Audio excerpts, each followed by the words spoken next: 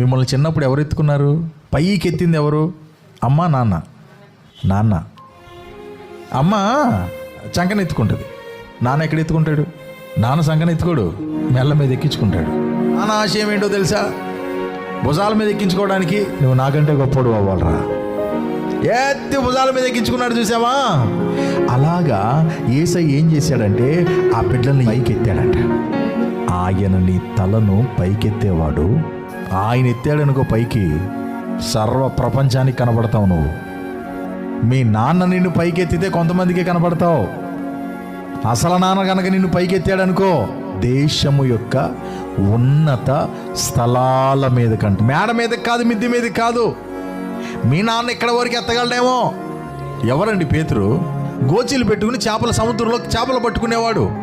ఒకానొక రోజు పరలోకపు నాన్న వచ్చి అన్నాడు, పేతురు నువ్వు నన్ను వెంబడించు అన్నాడు. అనగానే ఈయన వాళ్ళని పడవని పడేసి యేసయ్య వెనకాల వెళ్ళిపోయాడు. మీరు ఇక్కడ అర్థం చేసుకోవాలి, వాళ్ళ ఫ్యామిలీలో చాలామంది ఉండుండొచ్చు, కానీ యేసయ్య ఎవరిని పైకెత్తాడో వారు విస్తరించారంతే. దేశాలు దాటి వెళ్ళిపోయింది వాళ్ళ పేరు. ఎవరండి పేతురు? గోచెలు పెట్టుకు తిరిగేవాడు. యేసయ్య చేతుల్లోనికి వెళ్ళడాన్ని బట్టి ఇవాళ మనకు కూడా తెలిసిపోయింది పేతురు పేరు. ఆయన పైకెత్తితే ఎట్లా ఉంటుంది ప్రియ దేవుని బిడ్డలారా? నాన్న నిన్ను పైకెత్తాలని చెప్పి ఫీజులు కట్టి చదివిస్తున్నాడేమో.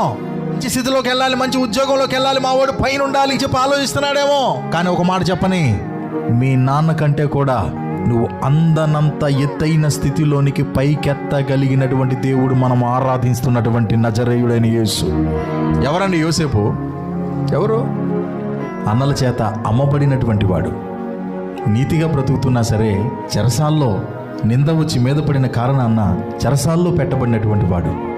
కానీ నింద వచ్చినా దేవునికి దూరం అవలా, చెరసాలు వచ్చినా దేవునికి దూరం అవలా, యజమానులే అపార్థం చేసుకున్నా దేవునికి దూరం అవలా, అన్నలు అమ్మేసినా దేవునికి దూరం అవలా. తండ్రికి దూరం అయ్యాడేమో కానీ దేవునికి దగ్గరయ్యాడు.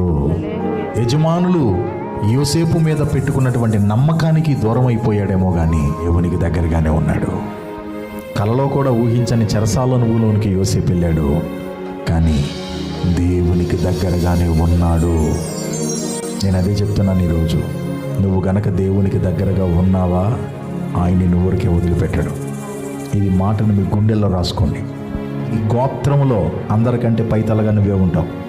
నువ్వు పెద్ద సంపాదన లేకపోవచ్చు, పెద్ద డబ్బులు సంపాదించే వ్యక్తి కాకపోవచ్చు. సీక్రెట్ ఒకటే, నువ్వు దేవుడి దగ్గరగా ఉన్నావు. మ్యాటర్ అది.